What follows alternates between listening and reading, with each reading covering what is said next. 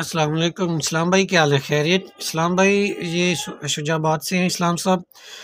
तो इनका ये बोर्ड रेडी हो गया है। मैं इस्लाम भाई आपको ये बोर्ड भेज रहा हूँ, ठीक है। ये देखें, ये कंप्लीट है मुकम्मल। ये मैंने रेजिस्टेंस टेस्टिंग के लिए लगाई थी, सिर्फ आपको ये डिस्प्ले पे चेक करवाने के लिए, ठीक है।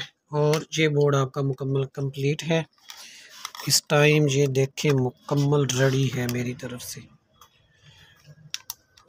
ये देखें,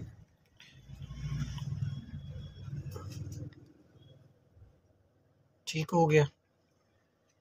तो इंशाल्लाह ये मैं फॉरवर्ड करता हूँ। कल आपका एक कंप्लीट इन्वर्टर बड़े आईजीबीटी वाला मॉड्यूल आईजीबीटी में और ये वाला बोर्ड क्लियर है।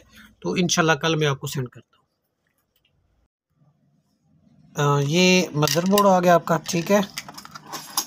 ये एलसीडी ठीक हो गया।